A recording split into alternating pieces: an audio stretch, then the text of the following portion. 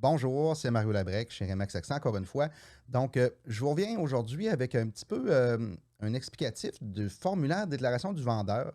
Des gens m'ont demandé de parler du formulaire et de parler de ses avantages aussi au niveau du vendeur. Donc, je vous reviens tout de suite après ceci.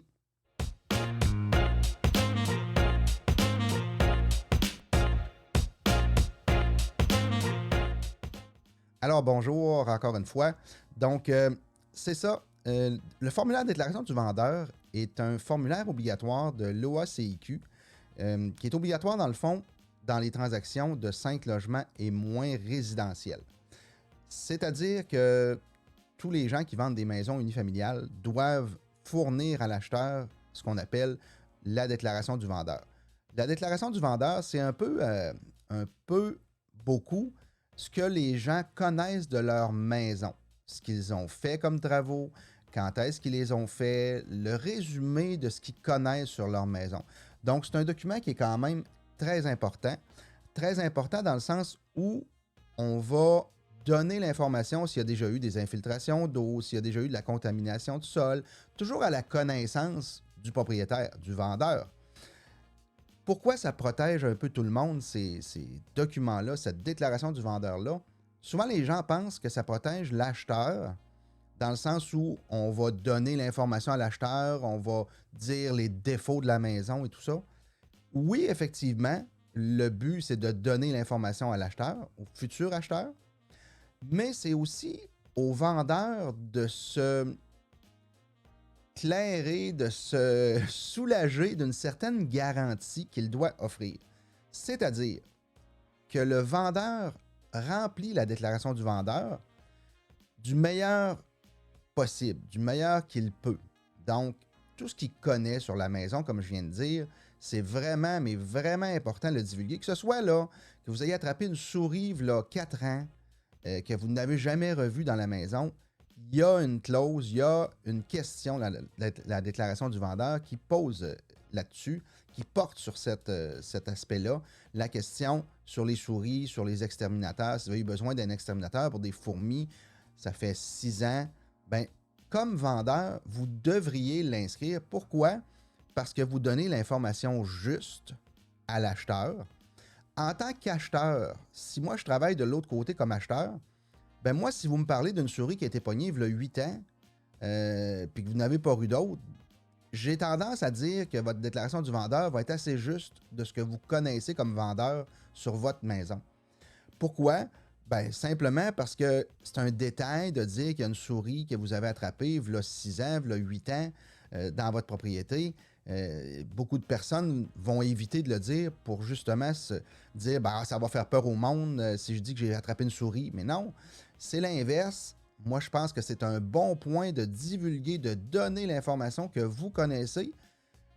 Il s'agit juste de la donner comme il faut, avec les bons renseignements, les bonnes façons d'écrire la phrase dans la déclaration du vendeur pour donner l'information juste et réelle, mais non plus pas pour faire peur aux gens qui veulent la lire, la déclaration du vendeur. Moi, je suis d'une école où la déclaration du vendeur, je ne la fournis pas à tout le monde comme ça. OK? Je vais donner l'information qu'il y a dans la déclaration du vendeur selon mes mots à moi, selon mon interprétation à moi.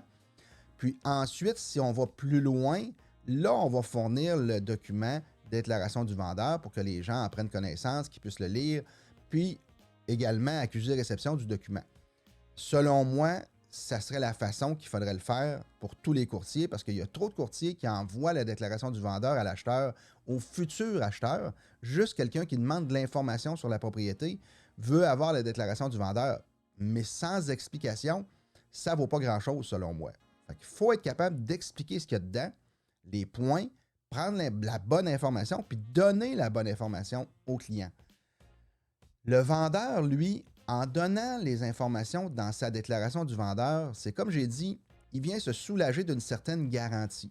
Donc, s'il dit qu'il y a déjà eu de l'eau qui est entrée il y a 3 ans dans le sous-sol, dans tel coin, pour telle raison, ben l'acheteur ne peut pas dire qu'il ne connaissait pas qu'il y avait peut-être un potentiel problème dans ce coin-là. Et c'est à lui un peu d'aller faire ses vérifications, d'aller pousser l'inspecteur à ce niveau-là.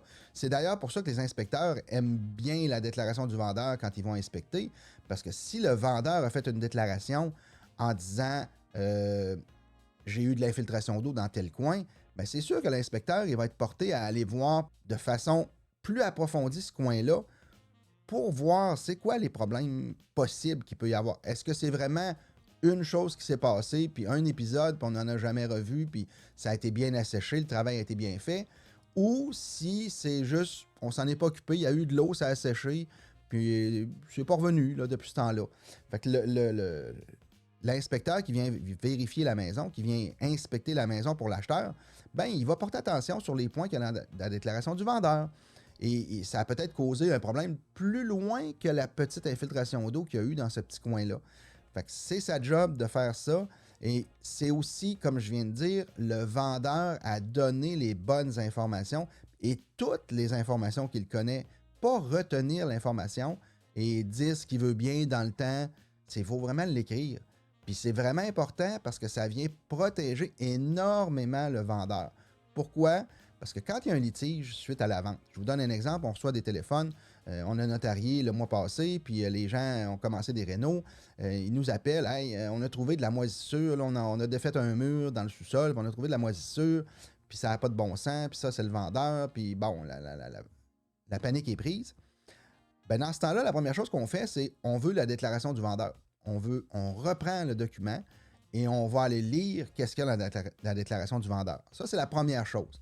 Si le vendeur a parlé du problème déjà dans la déclaration du vendeur, ben on s'entend que c'est pas vraiment un vice caché. L'acheteur était au courant, le vendeur l'a dit qu'il y avait un problème dans ce coin-là.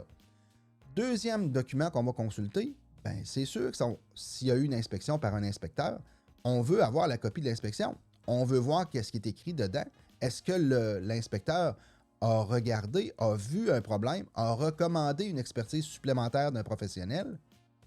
Ça devient vraiment, mais vraiment important à ce point-là. Fait que c'est des documents qui sont extrêmement importants. C'est des documents qu'on devrait toujours avoir à portée de la main quand on est acheteur et quand on est vendeur, de garder cette preuve-là que vous avez divulgué l'information. C'est sûr que ce n'est pas la même valeur que si vous avez parlé lors de l'inspection puis que personne n'en a pris note, ou lors de la visite de l'acheteur puis que personne n'en a pris note, même si vous l'avez dit, ben c'est difficile de prouver que vous en avez parlé. Donc, si vous avez le document qui dit que vous avez effectivement déclaré qu'il y avait un problème, ben, je pense que c'est la solution à beaucoup de poursuites. Souvent, ça va arrêter là quand on a l'information. Un formulaire de déclaration du vendeur, à quoi ça peut ressembler, là? Je peux vous donner un exemple. Vous l'avez ici dans le coin. C'est ça que ça ressemble. C'est un document qui a 6 pages, qui doit être rempli par le vendeur, effectivement, avec la collaboration du courtier inscripteur de la propriété. Pourquoi? C'est important d'interpréter les questions de la bonne façon. Et ça, même les courtiers, il y a beaucoup de courtiers qui ne sont pas habiles à interpréter les questions qui sont là, puis on veut savoir quoi, puis comment donner l'information. Oui, il y a eu des souris. Bon, il y a eu des souris. Est-ce qu'il y en a eu une infestation? Est-ce qu'il y en a eu 2 souris d'attraper? Est-ce qu'on a fait venir un exterminateur? L'exterminateur, voici la facture, ça a été fait. On a les commentaires souvent de l'exterminateur sur la facture qui dit c'était pas vraiment une infestation, on a attrapé 2 souris, puis on a réglé le problème, tout est correct.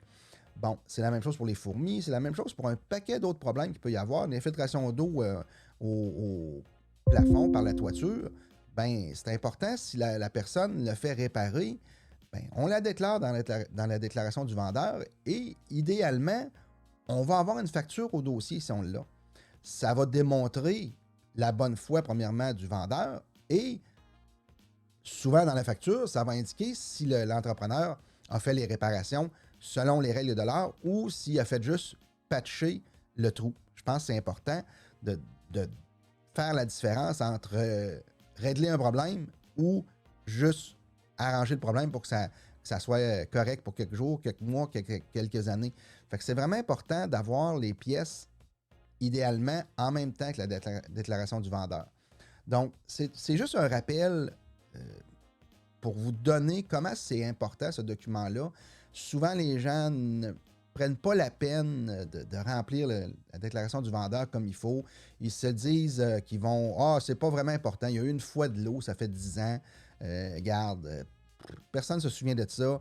On tient ça mort, regarde, et sans ça, ça va faire peur au monde. À l'inverse, si vous avez eu une infiltration d'eau il y a 10 ans et c'était dû, je ne sais pas, là, à un drain qui est un refoulement d'égout, peu importe, ben c'est facile de l'expliquer, puis c'est facile de démontrer que c'était un problème pas régulier. C'était arrivé une fois pour la raison X. Et ça donne, comme je dis, la crédibilité aux documents en face de l'acheteur. Si, quand je prends une déclaration du vendeur, moi, qu'il n'y a rien, il n'y a aucune déclaration, il n'y a à peu près rien dans la déclaration du vendeur. On indique l'année du chauffe-eau, on indique l'année de la toiture, c'est correct, bon, mais il n'y a jamais eu de problème, autrement dit, dans la déclaration du vendeur. Ça porte à poser plus de questions parce qu'une maison qui n'a jamais rien eu au fil des années, je pense que c'est rare, selon moi. Fait qu'il faut vraiment, mais vraiment porter attention, donner les bonnes informations, remplir consciencieusement le document déclaration du vendeur. Je pense que c'est vraiment, mais vraiment important de le faire. Je ne sais pas, au niveau inspection, on y porte beaucoup, beaucoup attention parce qu'on allume des lumières quand l'inspecteur vient. On demande la copie tout le temps au niveau de l'inspecteur. Puis on veut approfondir ce qu'il y a dans la déclaration du vendeur. Mais, comme je vous dis, on voit souvent des déclarations du vendeur qu'il n'y a pas grand-chose dedans, alors que quand on se présente à la maison, on le voit il y a un cerne d'eau à telle place, on voit qu'il y a eu des problèmes. Fait que, pourquoi pas l'avoir déclaré? Ça allume des lumières, ça fait en sorte qu'on a moins confiance au vendeur, qu'on a moins confiance en la propriété. C'est certain que l'acheteur va se poser des questions encore plus que si vous lui divulguez les 6 problèmes que vous avez eus pendant que vous étiez propriétaire. Il y en a eu 6 des problèmes, c'est pas grave. On va les dire, on va les expliquer. Puis s'il n'est pas réglé le problème, là, ben idéalement, on va essayer d'avoir une soumission, on va essayer d'avoir une soumission qui va donner l'heure juste sur le problème, puis combien ça coûte pour le réparer. C'est la meilleure des façons de vendre. Ça fait en sorte que vous avez de la crédibilité comme vendeur, puis l'acheteur va se sentir rassuré parce que vous avez fait les démarches avec un professionnel, puis vous avez fait la vérification. L'inspecteur va amener un point d'interrogation sur le problème. Il va vous suggérer d'aller plus loin dans la démarche. Mais comme acheteur, est-ce que vous désirez aller plus loin? Vous allez être insécure. Il y en a qui vont se retirer parce qu'ils ont tel possible problème. Alors que si en amont, on a fait notre travail comme vendeur, qu'on est allé chercher des soumissions, qu'on est allé chercher l'information si vraiment il y avait un réel problème, ben ça va arrêter. On est au courant du problème. On sait que ça coûte tant d'argent pour le réparer. Je pense que ça vaut la peine de faire la démarche puis de corriger le problème si on est capable ou de le vendre en connaissance de cause, autrement dit. On sait qu'il y a un problème là, il y a une fissure de solage, il faut qu'elle soit réparée, il y a de l'infiltration d'eau qui arrive là, on la voit, ça va coûter 950 $ pour la réparer, c'est garanti par un professionnel. Bon, ben parfait, on le sait, comme acheteur, comme inspecteur, les gens vont prendre confiance parce qu'on a déclaré ce problème-là et on est allé plus loin, on l'a fait même vérifier. Ça donne la crédibilité à toute la transaction. Donc, je voulais juste vous donner cette information-là aujourd'hui parce que ça m'a été demandé. Je pense que c'est un bon sujet également. Je pense que la déclaration du vendeur est importante à tous les niveaux. C'est sûr que je fais cette vidéo-là aujourd'hui. Est-ce que le formulaire va demeurer pareil pendant les prochains mois? Il y a une réforme de la loi sur le courtage immobilier qui est présentement en cours et probablement que le formulaire va changer là, dans les prochains mois, probablement dans l'été qui s'en vient. Mais reste que il va juste s'améliorer s'il y a quoi que ce soit. Mais c'est vraiment important. Il y a beaucoup de gens qui vendent sans le formulaire de déclaration du vendeur. S'il ne passe pas par un courtier, le vendeur n'est pas protégé et l'acheteur non plus. C'est vraiment ce qui est dans la déclaration du vendeur est vraiment importante pour les deux parties à la transaction, autant pour le vendeur que l'acheteur. Donc, si vous avez des questions au sujet de la déclaration du vendeur, vous n'êtes pas certain, vous n'avez pas bien compris ce que je viens de vous expliquer, vous avez des questions sur comment rédiger une phrase pour faire bien paraître un problème dans la déclaration du vendeur, vous pouvez m'appeler, vous pouvez m'écrire ou peu importe, là, je vais vous répondre. C'est pas compliqué, il faut juste déclarer le problème. S'il y a une solution qu'on a trouvée, qu'on a fait évaluer, on va la mettre dedans. Ça va régler pas mal de choses. Gênez-vous pas, c'est mariolabrec.com. Tout simplement pour me rejoindre, c'est facile. 418-948-7000. Mario Labrec, courtier immobilier chez Remax Accès. Merci et bonne journée.